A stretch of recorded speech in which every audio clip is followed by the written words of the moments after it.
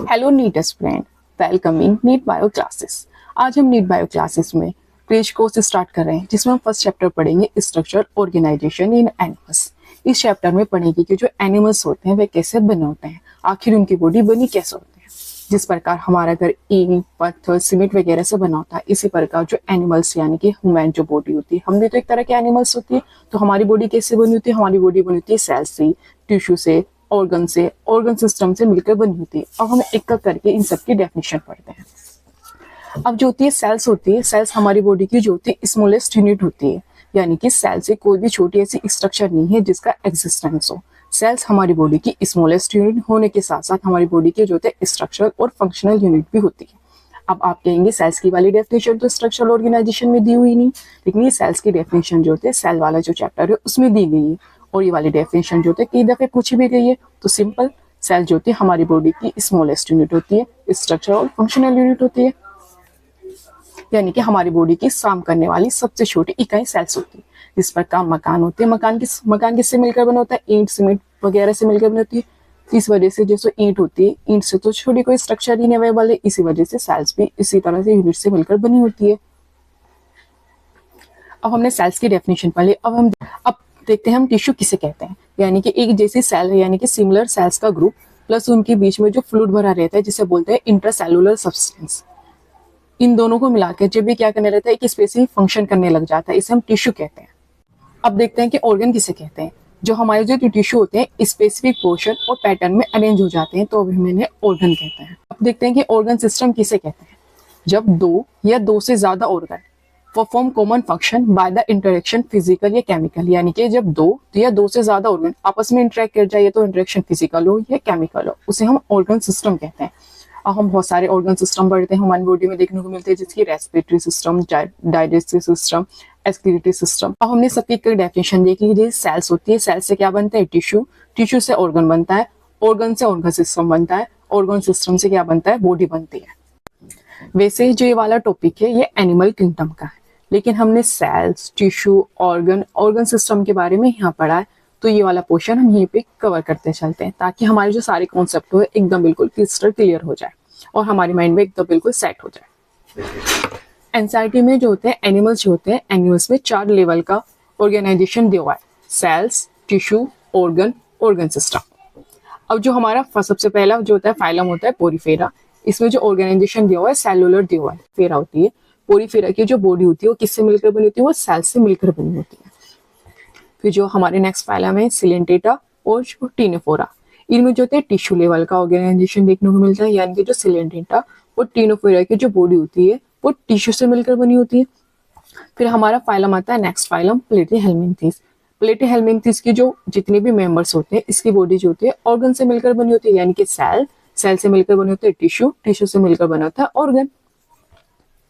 फिर जो हमारे नेक्स्ट फाइलम होते हैं, इन सब में जो होते हैं ऑर्गन सिस्टम लेवल का ऑर्गेनाइजेशन देखने को मिलता है, यानी कि इससे आगे के जितने भी फाइलम्स होते हैं उनकी बॉडी किससे मिलकर बनी होती है? सेल्स, सेल से फिर टिश्यू बनाते हैं, टिश्यू से ऑर्गन, ऑर्गन से ऑर्गन सिस्टम।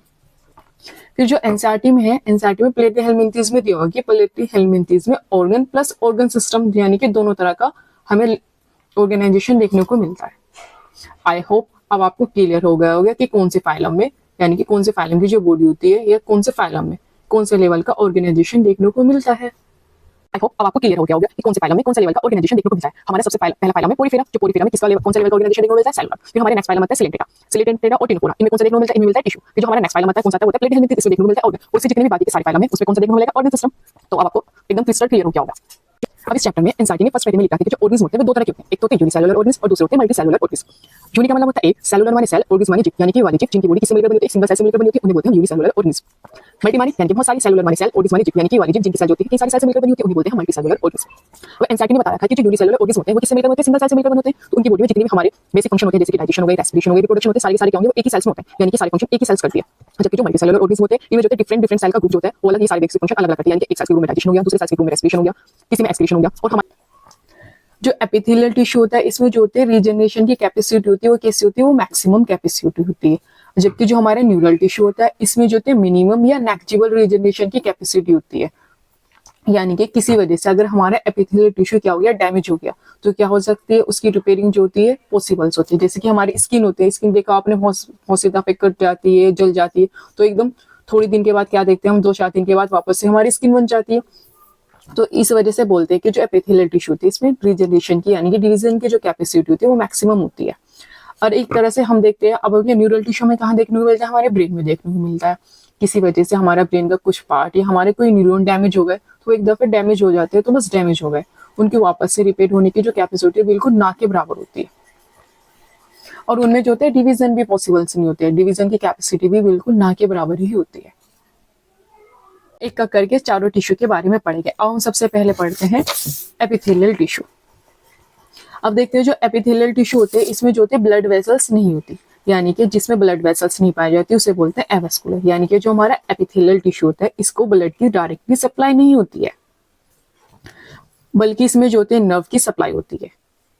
ऐसे नहीं बोलते कि ऐसे नहीं कह सकते इसमें ब्लड की सप्लाई नहीं होती तो इसमें ब्रेन की सप्लाई नहीं होगी, नहीं, इसमें ब्रेन की यानी कि हमारे जो नर्व के कंट्रोल में होता है, यानी कि ब्रेन की सप्लाई तो होती है लेकिन सिर्फ इसमें ब्लड की सप्लाई नहीं होती। अभी हमने इससे पहले बढ़ चुके हैं कि जो हमारे एपिथेलियल टिश्यू का ओरिजिन होता है वो तीनों तरह का होता है, एक्टो भी होता है, मीजो भी होता है और एंडो भी होता है। अब जब इसमें जो होते हैं ब्लड की सप्लाई तो होती नहीं, तो अब इसे न्यूट्रिशन कहाँ मिलेगा, क्योंकि हमारी बॉडी में जो जितनी भी टिश्यू होता है सबको न्यूट्रिशन देने का काम किसका होता है, सबको न्यूट्रिशन देने का काम तो ब्लड का होता है। अब इसमें ब्लड की सप्लाई तो हो नहीं रही, तो अब इसे न्यूट्रिशन कौन देगा, तो जो एपिथेलियल टिश्यू होगा, एपिथेलियल टिश्यू के नीचे जो होते हैं बेसमेंट मेम्ब्रेन पाई जाती है। अब जो बेसमेंट मेम्ब्रेन होती है ये कैसी होती है, ये होती है एसेलुलर या इसे नॉन सेलुलर कहते हैं। अब जो ब्लड की सप्लाई होती है वो जो हमारी बेसमेंट मेम्ब्रेन की होती है, फिर बेसमेंट मेम्ब्रेन जो होती है न्यूट्रिशन जो होते है किसको सप्लाई कर देती है, जो एपिथेलियल टिश्यू होते हैं इसको सप्लाई कर देती है। अब पढ़ते हैं जो एपिथेलियल टिश्यू होता है आखिर कहाँ देखने को मिलता है। एपिथेलियल टिश्यू की जो ऊपर वाली लेयर होती है ये जो क्या होती है, सरफेस जो होती है फ्री होती है। अब ये कहाँ देखने को मिलेगा, ये तो रहेगा एनवायरमेंट के कांटेक्ट में रहेगा, जैसे कि हमारी जो स्किन होती है किसके कांटेक्ट में होता है, एनवायरमेंट के कांटेक्ट में होगी, या फिर जो होता है जो हमारी बॉडी फ्लूइड नहीं होता है उसके कांटेक्ट में रहेगा। तो ये क्या बनाता है, एक कवरिंग या लाइनिंग बनाएगा। जो हमारी जब ये बॉडी फ्लूइड के कांटेक्ट में रहेगा तो यहाँ पे लाइनिंग बनाएगा, और जैसे हमारी स्किन है, हमारी स्किन में क्या बना रहा है, ये कवरिंग बना रहा है।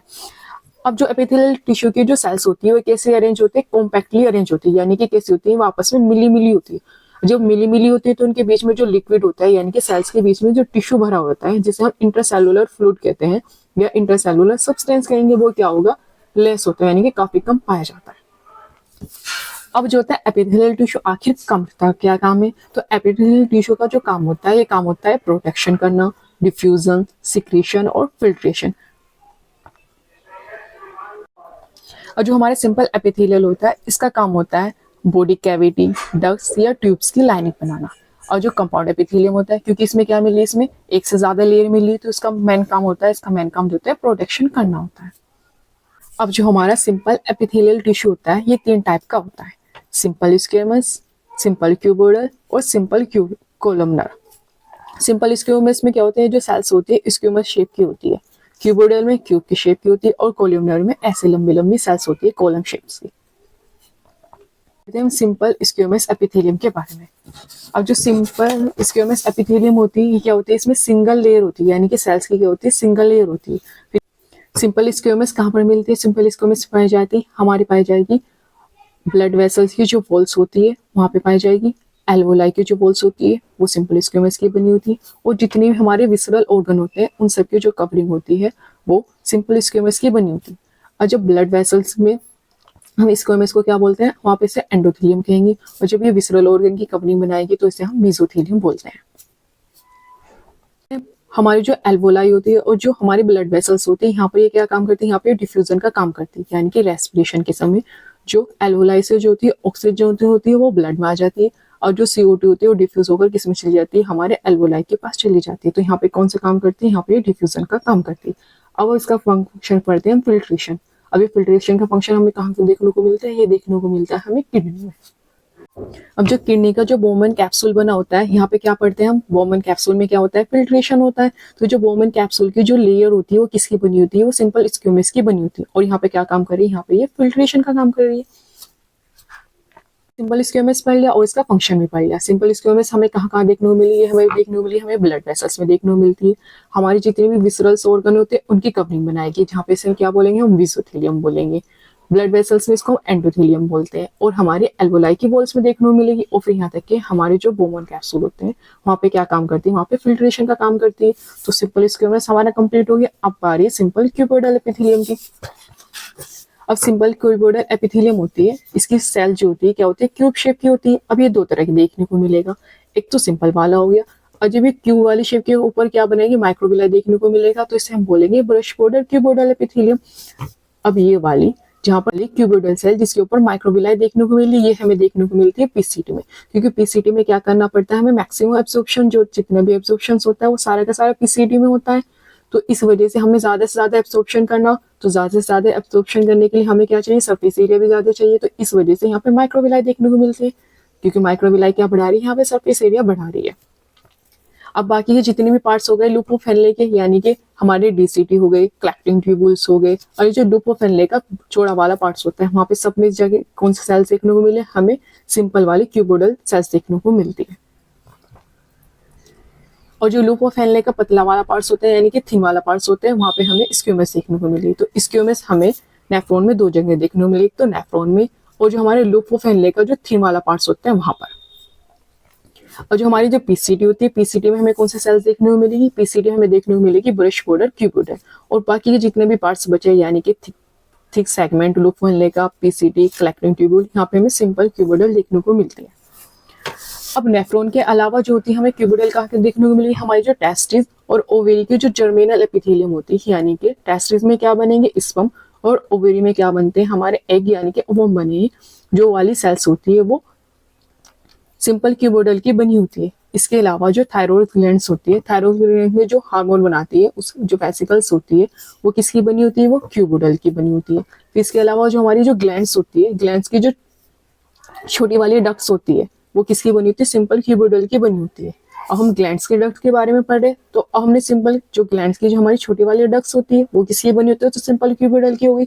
अब जो वाली बड़ी वाली डक्ट्स होती है, यानी कि जो हमारी ग्लैंड्स होती है, ग्लैंड से क्या निकलती है, जो डक्ट्स निकलती है वो किसकी बनी होगी, बड़ी वाली, वो बनी हुई है स्ट्रेटिफाइड क्यूबोइडल एपिथेलियम की बनी होती है। ग्लैंड्स की स्मॉल डक्ट सिंपल क्यूबोइडल की, और जो बड़ी वाली डक्ट हो गई वो स्ट्रेटिफाइड क्यूबोइडल एपिथेलियम की। अब हमने स्क्यूमस पढ़ ली, क्यूबोइडल पढ़ ली, अब पढ़ते हैं सिंपल कोल्यूमिनर एपिथेलियम। अब जो होते हैं सिंपल कोल्यूमिनर एपिथेलियम जो होते हैं, इसमें चार तरह की सेल्स देखने को मिलती है। एक तो सिंपल वाली सेल्स, फिर दूसरी वाली सेल्स जिन पर जो हमें क्या देखने को मिलेगा, माइक्रोविलाई देखने को मिलेगा, उसे बोलते हैं ब्रश बॉर्डर एपिथेलियम। और फिर इनमें क्या देखने को मिलता है, हमें सीलियस देखने को मिलते हैं। अब ये दो तरह की होती है, जिसपे जो होते हैं मोटाइल सीलिया देखने को मिलते हैं, उसे बोलते हैं काइनोसिलेटेड कोल्यूमिनर एपिथेलियम।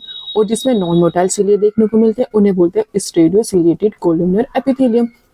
अब ये हमें कहाँ कहाँ देखने को मिलती है, ये पढ़ लेते हैं।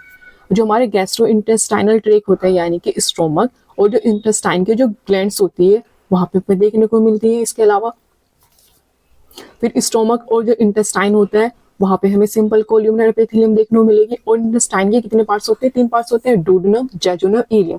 तो ये सिर्फ डूडेनम में देखने को मिलते हैं, जेजुनम, इलियम में नहीं देखने को मिलती, क्योंकि जेजुनम और इलियम में क्या होता है, एब्जॉर्प्शन। और जहाँ पे भी एब्जॉर्प्शन मिलते हैं वहाँ पे क्या देखने को मिलते हैं, वहाँ पे हमें माइक्रोविलाई देखने को मिलते हैं।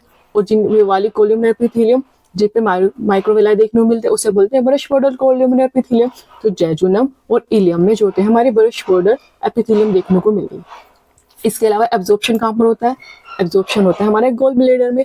गोल ब्लेडर में क्या होता है, जब वहाँ पे बाइल को, जो लीवर से बाइल बनता है वो वहाँ पे जाके क्या हो जाता है, स्टोर हो जाता है। तो वहाँ पे उसमें क्या किया जाता है, उसे कंसंट्रेट किया जाता है, यानी कि इसमें जो वाटर होता है उसको एब्जॉर्ब किया जाता है।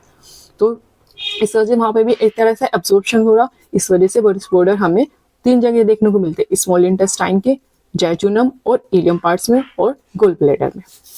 अब जो होता है स्टेरियोसिलेटेड, यानी कि वाले कोल्यूमिनर, जिसपे क्या देखने को मिल लेते हैं, हमें स्टेरियोसिलिया देखने को मिल रही है, यानी कि नॉन मोटाइल। स्टेरियोसिलिया किसे बोलते हैं, वो वाले सीलिया जो नॉन मोटाइल होते हैं, यानी कि वे मूवमेंट नहीं करते। हमारे काइनोसिलेटेड कोल्यूमिनर एपिथेलियम, यानी कि वो वाली कोल्यूमिनर सेल जिसपे क्या देखने को मिल रहा है, हमें काइनोसिलिया देखने को मिल रही है। काइनो मतलब वे वाले सीलिया जो क्या करते हैं, मूवमेंट करते हैं। अभी क्या मूवमेंट करते हैं, ये तो डस्ट पार्टिकल, म्यूकस या ओवम को क्या भेजते हैं, एक पर्टिकुलर डायरेक्शन में भेजते हैं। तो हमें कहाँ देखने को मिलेगी, हमें देखने को मिलते हैं अपर रेस्पिरेटरी ट्रैक्ट में देखने को मिलते हैं। अपर रेस्पिरेटरी ट्रैक्ट में क्या करते हैं, ये हमारे जो म्यूकस होता है और जो डस्ट पार्टिकल होता है उसे पर्टिकुलर एक डायरेक्शन में भेजते हैं। फिर इसके अलावा फैलोपियन ट्यूब में देखने को मिलते हैं। फैलोपियन ट्यूब में क्या करते हैं, ओवम को भेजने का काम करते हैं, यानी कि जो हमारा जो ओवम होता है वो कहाँ से रिलीज होता है, वो रिलीज होता है हमारी ओवी से। फिर इसे कौन कलेक्ट कर लेती है, उसे कलेक्ट कर लिया जाता है हमारी फैलोपियन ट्यूब ने कलेक्ट कर लिया। तो फैलोपियन ट्यूब से उसे कहाँ पे भेजना है, उसे यूट्रस में भेजना होता है। तो उसे फैलोपियन ट्यूब से यूट्रस में भेजने का काम कौन करते हैं, ये ये वाली काइनोसिलेटेड जो कोलियम एपिथेलियम सेल्स होती है वो भेजने का काम करती है। तो मैंने अभी आपको सीलिया के बारे में बताया। हमने बताया कि सीलिया दो तरह के पड़े होते थे, स्टेरोसीलिया और काइनोसीलिया। काइनोसीलिया कौन से सीलिया थे, नॉन मोटाइल सीलिया, यानी कि जो मूवमेंट नहीं करते। और काइनोसीलिया कौन से थे, वे वाले सीलिया जो मोटाइल करते हैं, यानी कि मूवमेंट करते हैं। जो काइनोसीलिया में कौन सा अरेंजमेंट देखने को मिलता है, इनमें देखने को मिलता है 9+0 अरेंजमेंट। और जबकि जो हमारे काइनोसीलिया होते हैं इनमें देखने को मिलता है हमारे 9+2 अरेंजमेंट। अब देखते हैं कि जो सीलिया होते हैं कौन से सेल्स में देखने को मिलते हैं। हमारी वाली सेल है स्क्यूमस, ये क्यूबिडल और कोल्यूमनर। तो स्क्यूमस जो सेल्स होती है इनमें कभी भी सीलिया नहीं पाई जाएगी। सीलिया हमेशा है तो क्यूबिडल सेल्स के ऊपर देखने को मिलेगी या कोल्यूमनर सेल्स के ऊपर। अब पढ़ेंगे एक स्पेशल टाइप की एपिथेलियम में ciliated pseudo stratified columnar epithelium. Ciliated माने जिसपे सीलिया देखने को मिलेगा, सूडो माने झूठे की, स्ट्रेटिफाई माने क्लियर, या कोल्यूमनर है कोल्यूम सेल की, यानी कि वो वाली एपिथेलियम, वो वाली कोल्यूमनर सेल जो देखने में तो ऐसी लगेगी कि कोल्यूमनर सेल की 2 से 3 लेयर है, बट एक्चुअली में ऐसा नहीं होता। वो कोल्यूमनर सेल की क्या होती है, सिर्फ सिंगल ही लेयर होती है। और देखने में क्या लगती है कि 2 से ज्यादा लेयर है, यानी कि 1 से ज्यादा लेयर है, 2, 3 ऐसे देखने में लगती है, बट होती है सिर्फ एक ही लेयर है। तो ऐसे हमें एपिथेलियम कहाँ देखने को मिलती है, हमें देखने को मिलती है अपर रेस्पिरेटरी ट्रैक्ट में और एपिथेलियम में। सिंपल एपिथेलियम पढ़ लिया, और सिंपल एपिथेलियम के 3 टाइप भी पढ़ लिए, स्क्यूमस, क्यूबिडल और कोल्यूमनर। कहाँ पे पाई जाती है ये भी पढ़ लिया और इनके फंक्शन भी पढ़ लिए। अब पढ़ रहे हम कंपाउंड एपिथेलियम। में लिखा जो कंपाउंड एपिथेलियम होती है वो क्या होती है, इसका मतलब क्या होता है, सिंपल की डेफिनेशन क्या आती है कि वो वाली एपिथेलियम जो एक ही लेयर की बनी थी। और कंपाउंड की क्या डेफिनेशन दी थी हमने, वो वाली एपिथेलियम जो 2 से ज्यादा लेयर होती, यानी कि उसमें 1 से ज्यादा लेयर होनी चाहिए, 2 हो या 2 से ज्यादा हो।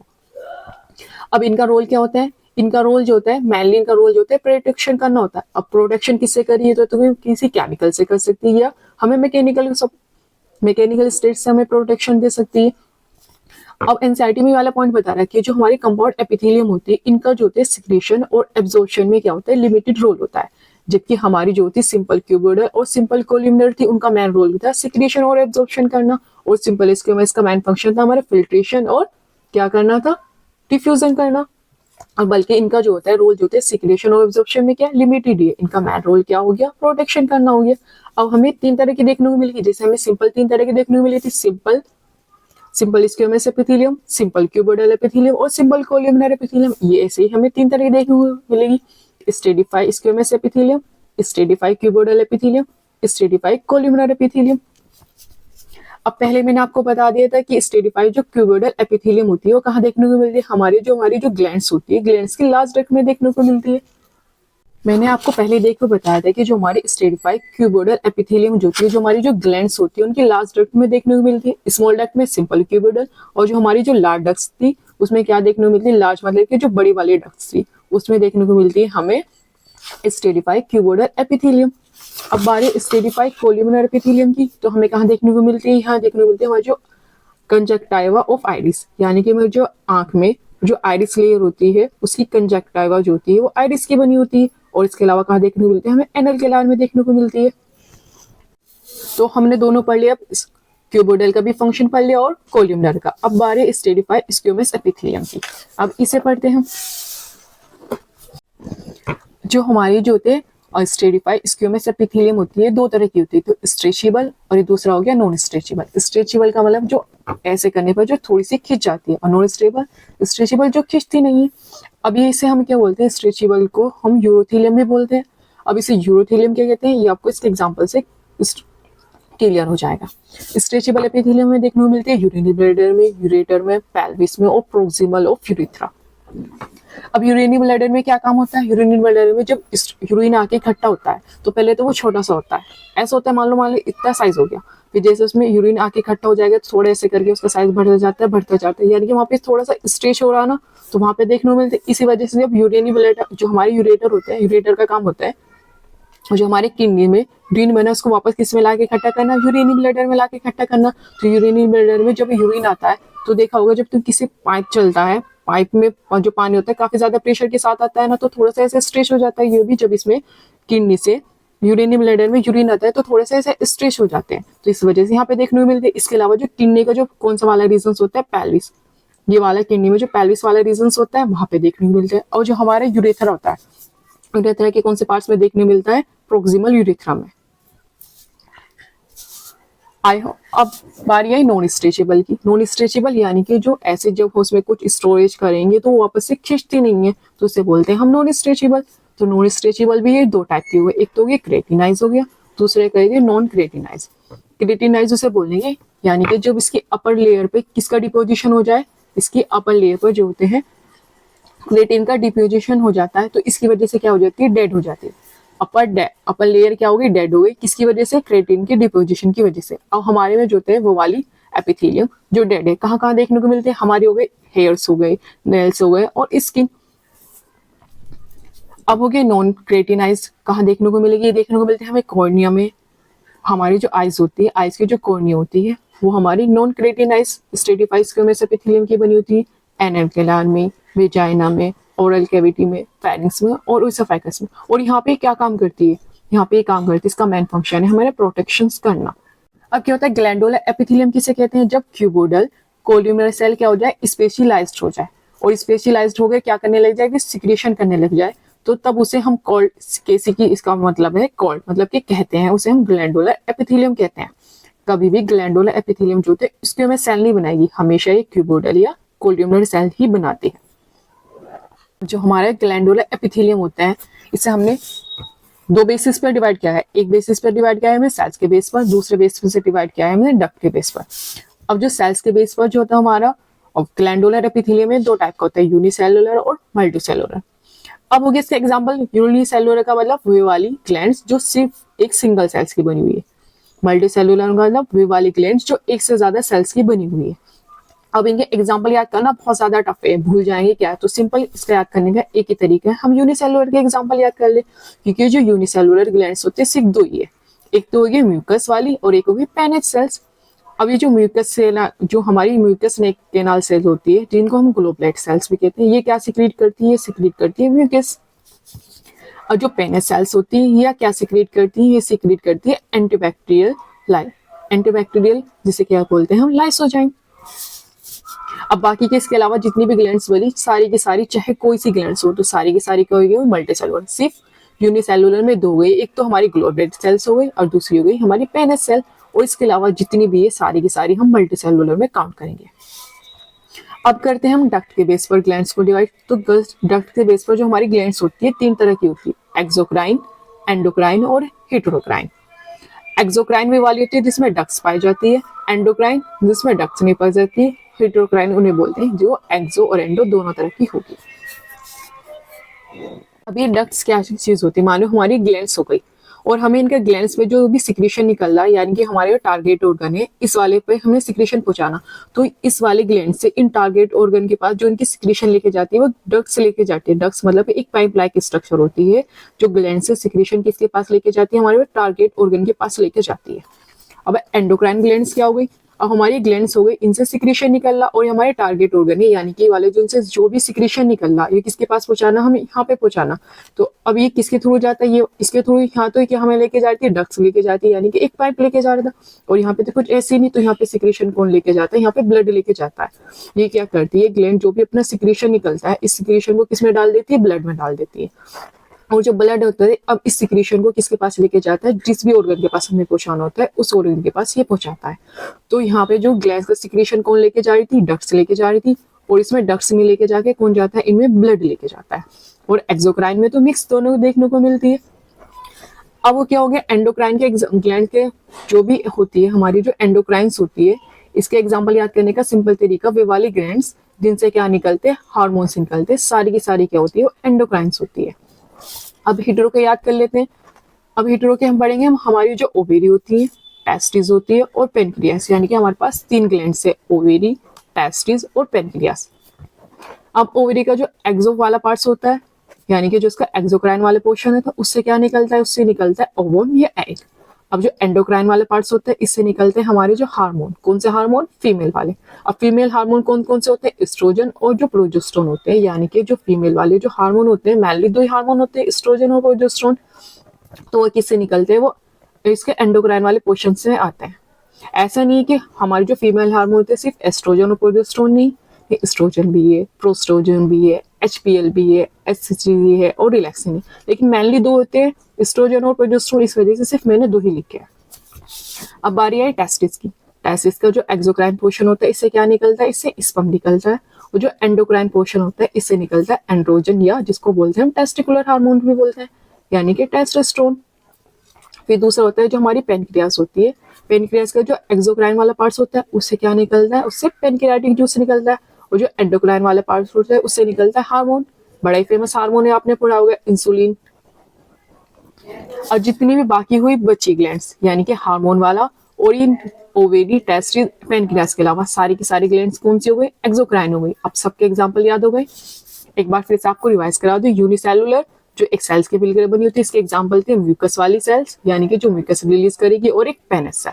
और इसके अलावा जो भी बाकी की सारी ग्लैंड्स थी, वो सारी की सारी मल्टी सेलुलर थी।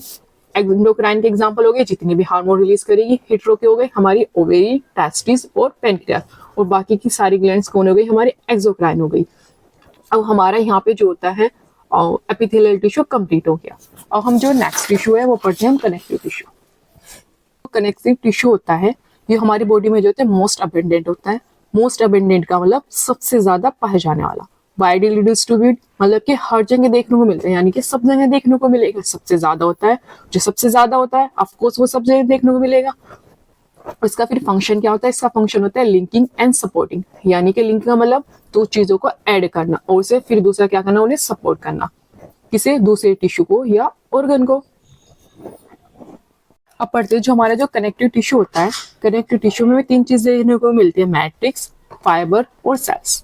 अभी क्या हो गई, हमारी जो हो गई, मान लो हमारी सेल्स हो गई, सेल्स हो गई। अब सेल्स के बीच में क्या भरा रहता है, सेल्स के बीच में जो फ्लूइड भरा रहता है उसके क्या बोलेंगे, उसके मैट्रिक्स बोलेंगे, उसी को हम क्रेस्ट सब्सटेंस बोलते हैं। इसके अलावा अब तक क्या हमने पढ़ा था, एपिथेलियम में सिर्फ 2 चीजें देखने को मिली थी। एक तो क्या देखने को मिली, सेल्स देखने को मिली थी और उनके बीच में जो फ्लूइड भरा हुआ था वो। लेकिन इसमें तीसरी चीज और देखने को मिलती है, वो क्या है, वो जो मिलता है फाइबर। यानी कि इनके बीच में क्या पाया जाएगा, इसमें फाइबर देखने को मिलते हैं। और ये फाइबर हमें कितने तरह के देखने को मिलते हैं, 3, व्हाइट, येलो और रेटिकुलेट। अब जो कनेक्टिव टिश्यू होता है, इसमें हमें 5 तरह की सेल्स देखने को मिलती है। यानी कि जो कनेक्टिव टिश्यू था, इसमें जो सेल्स थी, ये हमारी जो सेल्स है, ये हमें 5 तरह की देखने को मिलेगी। हो गया मेसेनकाइमा सेल्स। मेसेनकाइमा सेल्स होती है, ये स्टेम सेल्स होती हैं। फिर दूसरी सेल होती है फाइब्रोब्लास्ट सेल्स। फाइब्रोब्लास्ट सेल क्या काम करती है, ये फाइबर बनाती है। यानी कि इसके बीच में जो हमें फाइबर देखने को मिल रही थी, ये फाइब्रोब्लास्ट सेल बनाती है। फिर दूसरी हो गई मैक्रोफेजेस सेल्स, यानी कि जो सेल्स में कोई बैक्टीरिया या कोई ऐसा ऑर्गेनिज्म आ गया, उसको किल करने का काम करती है, यानी कि मैक्रोफेजेस करती है। फिर दूसरी सेल्स मिलती है मास्ट सेल। फिर तीसरी मिलती है प्लाज्मा सेल्स।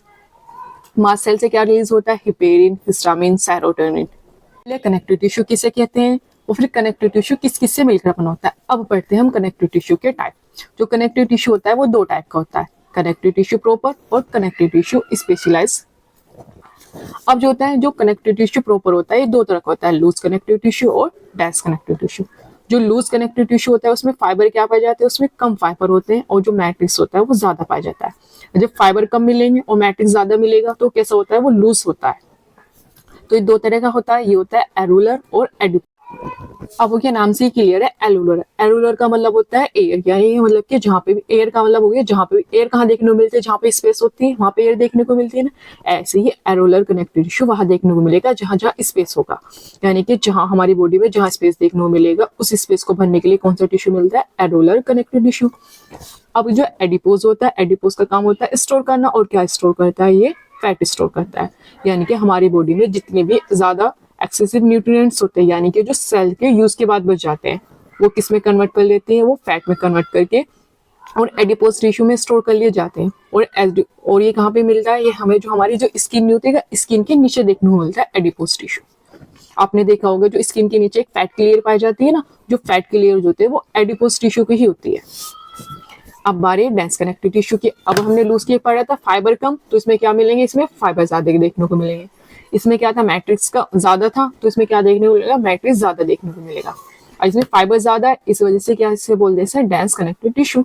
अब ये दो तरह का देखने को मिलेगा, रेगुलर और इरेगुलर। अगर फाइबर एक इस रेगुलर अरेंजमेंट है तो उसे बोलेंगे रेगुलर, और फाइबर जो होते हैं रेगुलर नहीं, यानी कि ऐसे बिखरे पड़े हैं, कोई पर्टिकुलर अरेंजमेंट नहीं, तो उसे क्या बोलेंगे हम, इरेगुलर।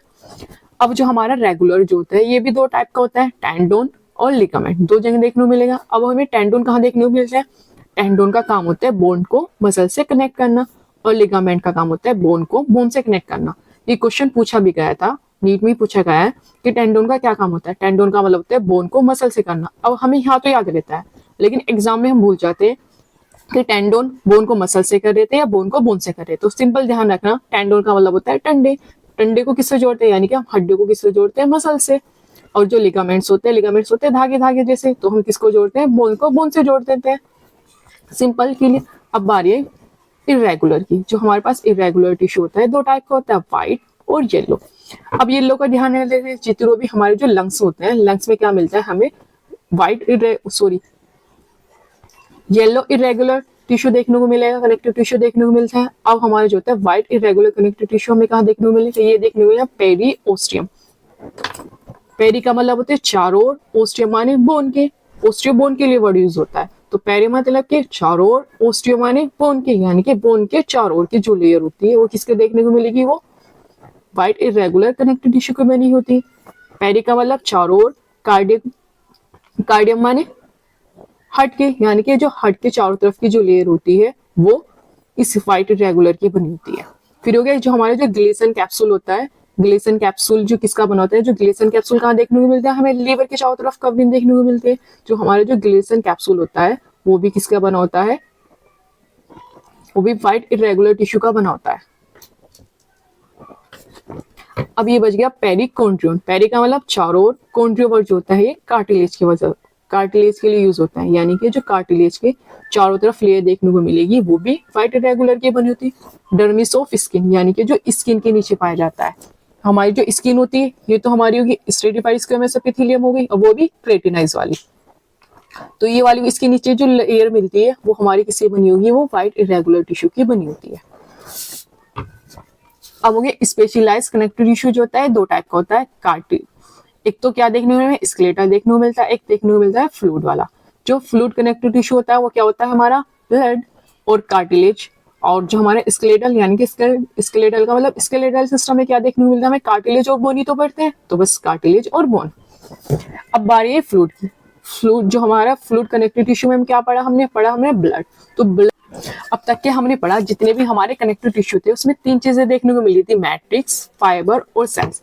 लेकिन ब्लड एक ऐसा स्पेशल टिश्यू है जिसमें सिर्फ दो चीज देखने को मिलेगी, मैट्रिक्स देखने को मिलेगा और सेल्स। इसमें फाइबर नहीं पाए जाते, इसमें सिर्फ ओनली हमें क्या देखने को मिलेगा, इसमें हमें सेल्स देखने को मिलेगा और क्या देखने को मिलेगा, हमें मैट्रिक्स देखने को मिलेगा। अब पढ़ते हैं हम। अब हमने सबके एग्जाम्पल पढ़ लिया, अब सिर्फ हमारे बचे कार्टिलेज और बोन। अब हमें एक एक करके पढ़ते हैं।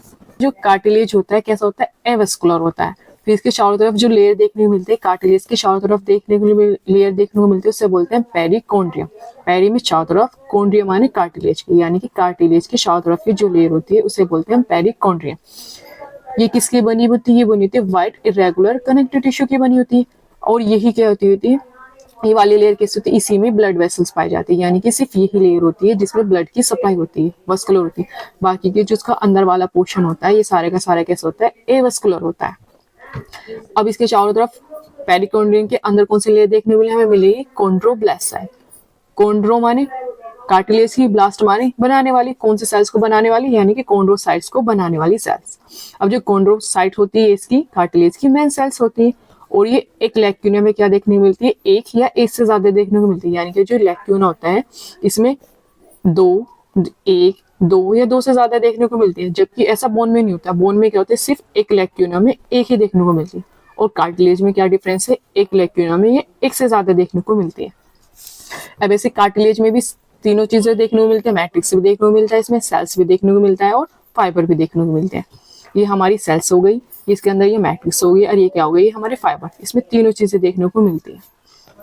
कार्टिलेज होते हैं, कार्टिलेज 3 तरह के होते हैं, हाइलिन, इलास्टिन और व्हाइट फाइब्रस। अब इनके एग्जाम्पल याद करेंगे तो बहुत ज्यादा कॉम्प्लिकेटेड है, तो सिंपल क्या करते हैं हम इलास्टिन और व्हाइट फाइब्रस के एग्जाम्पल याद कर लेते हैं, और बाकी के जितने भी कार्टिलेज होंगे क्या होंगे, वह हाइलिन होंगे। तो हमें व्हाइट फाइब्रस सिर्फ 2 जगह देखने को मिलेगा, एक तो इंटरवर्टिब्रल डिस्क यानी कि जो हमारी वर्टिब्रल कॉलम होती है, यानी कि जो रीढ़ की हड्डी होती है, उसके बीच में जो हमें कार्टिलेज देखने को मिलता है, जिसको हम डिस्क भी बोलते हैं, कभी कभी बोलते हैं ना कि किसी की डिस्क स्लिप हो गई, तो वो यही वाली व्हाइट फाइब्रस की बनी होती है। फिर दूसरा होता है प्यूबिक सिम्फाइसिस, यानी कि हमारी जो प्यूबिक बोन होती है उसके बीच में जो कार्टिलेज होता है वो व्हाइट फाइब्रस कार्टिलेज होता है, जिसको हम बोलते हैं ना डूडी वगैरह सरक गई लाइक दिस, इस वजह से बोल देते हैं गाँव वगैरह में, तो वो यही होता है व्हाइट फाइब्रस। फिर बारी है इलास्टिन की। इलास्टिन हमें 4 देखने को मिलता है, 4 जगह देखने को मिलेगा। एक तो हमें नोज की जो टिप होती है ना, फिर हमारे एयर पिन है, यानी कि जो कान के एयर पिन नहीं होते कि कान होते हैं उसके बने होते हैं। फिर तीसरे हो गए हमारे यूस्ट्रेशन ट्यूब में और एपिक्लोटिक्स में। तो हमें 6 एग्जांपल याद करने कार्टिलेज के, 2 तो व्हाइट फाइब्रस के और 4 इलास्टिन के। और बाकी इसके अलावा, इन 6 के अलावा जहां पे भी जो भी कार्टिलेज देखने को मिलेगा सारा का सारा हाइलिन होगा, यानी कि जो नोज के सेप्टम होते हैं। नोज की टिप पे तो इलास्टिन मिल जाती है, यानी कि जो सेप्टम होते हैं वो हाइलिन के बने होते हैं। अब ये सी शेप की जो हमारी अपर रेस्पिरेटरी ट्रैक में सी शेप की रिंग पाई जाती है ना, वो भी हाइलिन कार्टिलेज की होगी। इसके अलावा जो हमारे लैरिंग्स यानी कि साउंड बॉक्स होता है वो भी हाइलिन का बना होगा। अब इन 6 के अलावा जहां पे भी जो कार्टिलेज देखो, सिर्फ आंख बंद करके उसे हाइलिन लगा दो, इन 6 को छोड़ के। बोन्स की, तो बोन कैसी होती है, हार्ड होती है, और ये कैसी होती है, नॉन पाइलेबल होती है, जबकि जो कार्टिलेज था वो कैसा था, पाइलेबल था। और इसके अलावा क्या पाई जाती है, इसमें कैल्शियम के जो सोल्ट्स होते हैं उनकी क्या पाई जाती है, रिचनेस पाई जाती है, यानी कि कैल्शियम सोल्ट। और जो हमारे जो कोलेजन फाइबर्स होते हैं उनकी क्या पाई जाती है, इसमें रिचनेस पाई जाती है, जिसकी वजह से क्या होती है, नॉन पाइलेबल होती है। फिर इसका क्या काम होता है, हमारी बॉडी को जो होते हैं provide structure frame of body, यानी कि हमारी बॉडी का जो फ्रेम होता है उसको बनाने का कौन काम करती है, उससे बोन बनाती है। फिर क्या करती है, इसका हमारे जो टिश्यू होते हैं, सॉफ्ट टिश्यू होते हैं, जैसे कि हमारे हार्ट हो गई, लीवर हो गई, किडनी हो गई, इनको क्या करती है, सपोर्ट भी देती है और प्रोटेक्शन दोनों का काम करती है। अब देखते हैं बोन की हम स्ट्रक्चर देख लेते हैं। तो बोन के चारों तरफ हमने जैसे पढ़ा था कि हमारे जो कार्टिलेज था, कार्टिलेज के चारों तरफ कौन सी लेयर देखने को मिली थी हमें, पेरिकॉन्ड्रियम। ऐसे हमें क्या देखने को मिलती है, हड्डी के चारों तरफ देखने को मिलती है पेरिकॉन्ड्रियम। और ये 2 देखने को मिलती है, सिर्फ एक ही देखने को मिलती थी, ये एक तो आउटर देखने को मिलेगी और क्या देखने को मिलेगी, इनर देखने को मिलती है। फिर वहां पे क्या देखने को मिल रहा था हमें, कार्टिलेज में जो पेरिकॉन्ड्रियल लेयर थी उसके नीचे कौन सी सेल मिली थी हमें, कॉन्ड्रोब्लास्ट सेल मिली थी। तो यहाँ पे कौन सी सेल मिलेगी, ओस्टियोब्लास्ट सेल। यहाँ पे भी ओस्टियोब्लास्ट सेल और यहाँ पे भी ओस्टियोब्लास्ट सेल। फिर हमारे जो लैक्यूना होता है, मैंने बताया था वहां पे कार्टिलेज में क्या होती है, एक लैक्यूना में 2 से ज्यादा सेल देखने को मिलेगी, यहाँ पे सिर्फ एक लैक्यूना में एक ही सेल देखने को मिलेगी। ये मेन डिफरेंस हो गया कार्टिलेज में और बोन में। को में जो होते हैं इनका डिफरेंस एक बार कंबाइन करा देती हूँ। यहाँ पे जो होती है हमारी जो कार्टिलेज के चारों तरफ जो लेयर मिली थी, जिसे क्या बोलते हैं पेरिकॉन्डियम, सिर्फ आउटर साइड देखने को मिली थी, जबकि बोन में ऐसा नहीं होता। जो पेरिओस्टियम की लेयर होती है आउटर भी होती है और इनर भी होती है। तो जो पेरिकॉन्डियम की के अंदर कौन सी लेयर देखने को मिली थी, इसके नीचे देखने को मिली थी हमें कॉन्ड्रोब्लास्ट सेल, तो सिर्फ एक ही लेयर देखने को मिली थी। अब यहाँ पे 2 जगह लेयर देखने को मिलती है पेरिओस्टियम की, एक यहाँ पर, तो ओस्टियोब्लास्ट सेल की भी 2 लेयर देखने को मिली, एक आउटर एक इनर। फिर क्या देखने को मिला था हमें, लैक्यूना देखने को मिला था। लैक्यूना में देखने को हमें 2 से ज्यादा सेल देखने को मिली थी, यानी कि 1 से ज्यादा सेल मिल रही थी, 2 यहाँ पे 4 मिल रही, 3 भी हो सकती, कितनी भी हो सकती। लेकिन बोन में ऐसा नहीं होता, बोन में सिर्फ एक लैक्यूना में देखने को मिलती है, एक ही सेल देखने को मिलती है। ये था इसमें मेन डिफरेंस। जैसे हमने कार्टिलेज के टाइप पढ़े थे, ऐसे ही बोन के टाइप पढ़ते हैं। हमारे 3 तरह की बोन्स होती है, कार्टिलेजिनस बोन्स, डर्मल बोन और सेसमोइड बोन। सेसमोइड बोन का सिर्फ एक एग्जांपल है, जो हमारी पटेला बोन होती है, जिसको हम नी कैप भी बोलते हैं ना, यानी घुटने की हड्डी बोलती है, वो सेसमोइड बोन होती है। यानी कि जो हमारे सेसमोइड बोन उससे बोलते हैं, जो हमारे लिगामेंट्स होते हैं उसके ओसिफिकेशन से मिलकर बनी होती है। यानी कि नॉर्मल हमारी बोन क्या होती है, ज्यादातर हमारी जो बोन होती है वो मतलब कि एम्ब्रियो स्टेज में क्या होते हैं, कार्टिलेज होते हैं। फिर कार्टिलेज क्या होते हैं, वो बोन में कन्वर्ट हो जाते हैं, तो उसे बोलते हैं कार्टिलेजिनस बोन्स। यानी कि लेकिन ये वाली बोन क्या होती है, जो हमारे लिगामेंट्स होते हैं वो किस में कन्वर्ट हुए होते हैं, बोन्स में कन्वर्ट। तो इस वजह से क्या बोलते हैं, हमने सेसमोइड बोन बोलते हैं। फिर हो गया डर्मल बोन। डर्मल बोन होती है हमारी स्किन की, यानी कि जो डायरेक्ट स्किन के कांटेक्ट में होती है हमारी, यानी कि उनपे मांस वगैरह नहीं होता, तो ऐसी कौन सी बोन्स होती है ज्यादातर नॉर्मली हमारी, क्या होती है, डर्मल बोन हो गई हमारी, डर्मिस वाली बोन यानी कि हमारी स्कल की, और फेशियल बोन। इसके अलावा जो बाकी की बोन होती है सारी की सारी कौन सी हो गई, हमारी कार्टिलेजिनस बोन होती है, जैसे कि लिम्ब बोन हो गई, ग्रिडल्स बोन हो गई, और कितनी होती है 126 होती है। ये कितनी हो गई, एक 1 अब हमारी टोटल बोन कितनी होती है, हमारी टोटल बोन होती है 206। 206 में से हमने एक 126 ये माइनस कर दो और माइनस कर दो एक, यानी कि 2 से 6 में से 27 माइनस कर दो। अब जितनी भी बोन बचेगी सारी की सारी कौन सी बोन हो गई, वो हमारी स्कल बोन हो गई, यानी कि सॉरी डर्मल बोन हो गई। तो जो सेल्स के बीच में क्या होता है, सेल्स के यानी कि दो सेल्स के बीच में जो रिलेशन होता है, कैसे रिलेशन होता है, स्ट्रक्चरल और फंक्शनल, उसे क्या बोलते हैं, जंक्शन बोलते हैं। अब एक सेल का दूसरे सेल के बीच में क्या होता है, रिलेशन कैसा हो सकता है, 3 तरह का हो सकता है। ये तो उसमें क्या कर रही है, यानी कि ये वाली सेल्स होती है, ये दोनों सेल्स आपस में क्या कर रही है, रिलेशन जो होता है इनको जोड़ने का काम कर रहा हो, ठीक है। या क्या करो, इसमें गैप, यानी कि इन दोनों के बीच में गैप आ रहा हो, ऐसे करके गैप आ रहा हो, तो उसे क्या बोलेंगे, गैप जंक्शन बोलेंगे। और जोड़ने का काम कर रहा तो उसे क्या बोलेंगे, एडहेरिंग जंक्शन या डेस्मोसोम जंक्शन, ठीक है। और टाइट जंक्शन मतलब उन्हें होल्ड करके रख रहा, होल्ड करके मतलब उन्हें टाइट करके रख रहा, पटके करके रख रहा, ताकि किसी वजह से लीकेज वगैरह ना हो जाए, तो उसे बोलते हैं टाइट जंक्शन। गैप जंक्शन का मतलब दोनों के बीच में ट्रांसफर करेगा कोई चीजें। एडहेरिंग का मतलब उन्हें जोड़ के रखेगा। टाइट का मतलब काम तो एडहेरिंग भी जोड़ के रख रहा था और टाइट भी जोड़ के रख रहा है, लेकिन ये इसका मेन काम होता है, इसका काम होता है स्टॉप लीकेजिंग, यानी कि कोई सब्सटेंस वगैरह जो होते हैं लीक ना हो जाए। अब लीकिंग का खतरा कहाँ पर होता है, हमें स्टोमक में होता है, इंटेस्टाइन में होता है और यूरिनरी ब्लैडर में होता है। स्टोमक में क्या होता है कि स्टोमक में क्या होता है, जब हम इसमें गैस्ट्रिक जूस बनाते हैं तो उसमें कर्डिंग मूवमेंट होता है, उसे खाने को ऐसे करके यूं मथा जाता है, तो चांसेस होते हैं ना कि हो जाए, कोई चीजें लीक हो जाए। और इंटेस्टाइन में भी ऐसा होता है, डाइजेशन होता है वहां पे पर्टिकुलर डाइजेशन तो होता है। फिर हो गया यूरिन ब्लैडर में, क्या करते हैं हम यूरिन को होल्ड करके रखते हैं ताकि यूरिन क्या ना हो जाए, लीकेज ना हो जाए, तो इस वजह से वहां पे जंक्शन पाए जाते हैं, टाइट जंक्शन। अब एडहेरिंग का मतलब जोड़ने वाले, और गैप का मतलब एक सेल से दूसरी सेल के बीच में कुछ चीजें ट्रांसफर करे, स्मॉल मोलिक्यूल, लार्ज मोलिक्यूल, जो भी आपको ट्रांसफर करना हो तेजी से, इसका काम होता है, ये होता है गैप जंक्शन का काम। इस चैप्टर में मैंने आपको एपिथेलियल टिश्यू पढ़ा दिया और कनेक्टिव टिश्यू पूरा फुल डिटेल में पढ़ा दिया। मुझे नहीं लगता कि इससे बाहर आपको जो मैंने पढ़ा है, इससे बाहर आपको कोई क्वेश्चन जाएगा इन दोनों टिश्यू में से। मुझे लगता है 99% क्वेश्चन आपको इन्हीं दोनों पोर्शन में से बन जाएगा।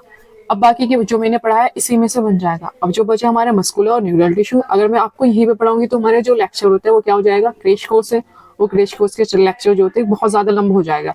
तो इस वजह से हम इसको मस्कुलर वाले को, हमारे एक चैप्टर है मूवमेंट ऑफ लोकोमोशन, उसमें पढ़ेंगे क्योंकि उसमें मसल्स और बोन होती है, उसके बारे में पढ़ेंगे। और जो न्यूरल वाला होता है, न्यूरस टिश्यू होता है, इसको पढ़ेंगे हम न्यूरल कोऑर्डिनेशन वाले चैप्टर में पढ़ेंगे।